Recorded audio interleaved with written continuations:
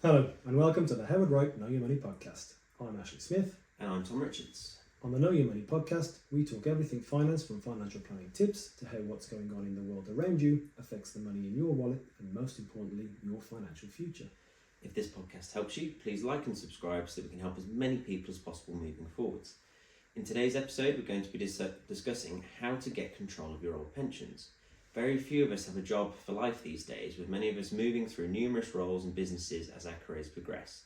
That means that you'll probably have several workplace pensions throughout your working life, and as time passes, it can be easy to lose track of them. You might have moved house since leaving a previous job, and your pension provider doesn't have your new address.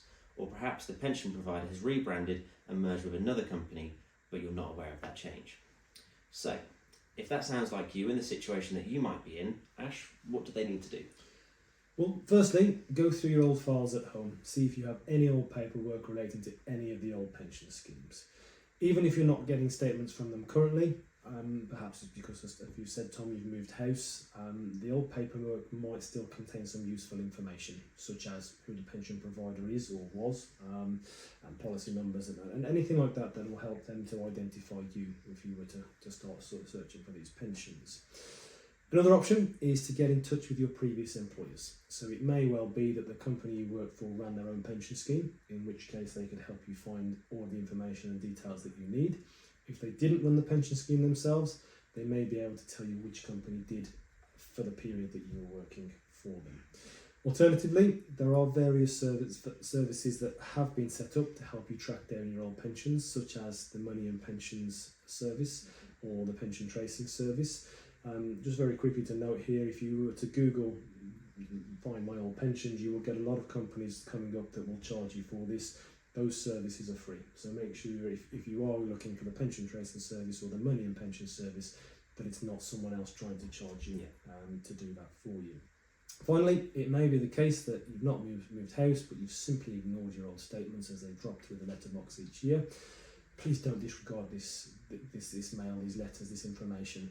Make sure it's properly filed with all of your other important documents so that you can feel confident moving forwards that you know who your pensions are with, where they are and how they're doing.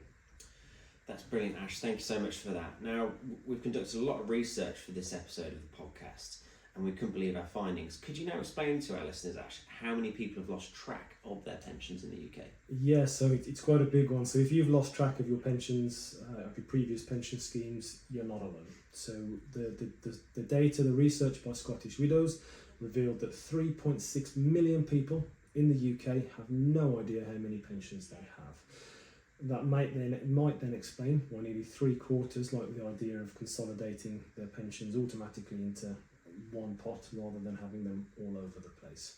The research also highlighted that there are some significant gaps in people's knowledge, with roughly 1 in 10 saying that they had no idea how to even start to think about combining their pensions. Similar proportion, roughly 1 in 10 again, said they just felt it would be too much hassle. So we're here to tell you that it doesn't have to be difficult. You can always speak to us at Wright or any professional financial advisor, a regulated firm, and they can help you with consolidating your old pension funds into a new one. It's worth noting here that just because you can consolidate pensions, it doesn't mean that you should. Okay, so consideration needs to be given to a whole range of factors to establish if consolidating your contracts into one is the right thing to do. So many of the current day employer auto enrolment schemes are very similar. Okay, they have similar funds, similar investment strategies, similar charges, but that doesn't mean they're all the same. If you have two pensions from old employer and from current employer, if the old employer's pension, for all intents and purposes, is very similar in terms of the investment fund, the investment strategy, but it's cheaper than your new employer, it probably doesn't make sense to consolidate them into your new employer scheme. And likewise, it probably doesn't make sense for you to move your new or your current employer scheme into an old one because you may then lose contributions from your existing employer. Some of the older contracts, they may also have some very valuable benefits, which if you were to consolidate them into a new arrangement, may be lost. I won't go through all of these here, but some of those additional benefits could be extra tax-free cash when you get to retirement over and above the usual 25%. It could be a guaranteed income rate, so some of those pensions will have a higher than standard income when you reach retirement. And if you were to transfer these or consolidate these into a new arrangement, they could be lost forever. Okay, so that's why, from our point of view, yes, you can consolidate. Maybe maybe it isn't right for you, but it's always worth seeking regulated financial advice to make sure that you are doing the right thing. That's fantastic, Ashley. Thank you so much for that. And finally, can you now tell our listeners how we can help them consolidate their pensions? Yeah, so pretty much as I've said there, the reason why you would look for a financial advisor is to make sure you're doing the right thing. We're always happy to discuss all aspects of financial planning, not just consolidating your pensions, and that's the way that we would approach it. We would look at your current position, your goals, your dreams, your aspirations, and then we'd have a look at how your existing contracts work with those goals and objectives, and how we can then, if we then need to, bring things together into a grander financial plan. As always, if you want to contact myself or any of the chartered advisors here at Howard Wright, you can contact us through our website at www.howardwright.co.uk, fill in our inquiry form, or you can call us on 0345 688 4939. We'll then be able to advise you and answer any questions that you may have about consolidating your pension or financial advice in general.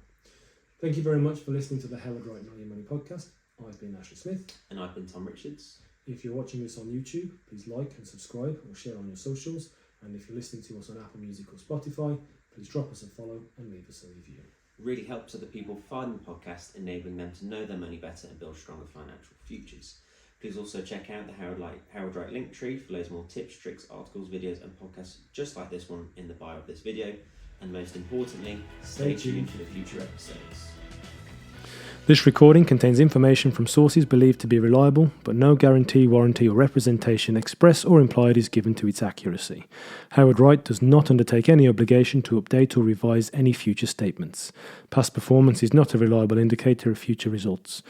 Investments can go down as well as up, and actual results could differ materially from those anticipated. This recording is for the information purposes only and has no regard to the specific investment objectives or financial situation of any individual. The information contained in this recording is not intended to constitute and should not be construed as investment or financial advice. Appropriate personalised advice should always be taken before entering into any transactions. No responsibility can be accepted for any loss arising from action taken or refrain from being taken based on this publication.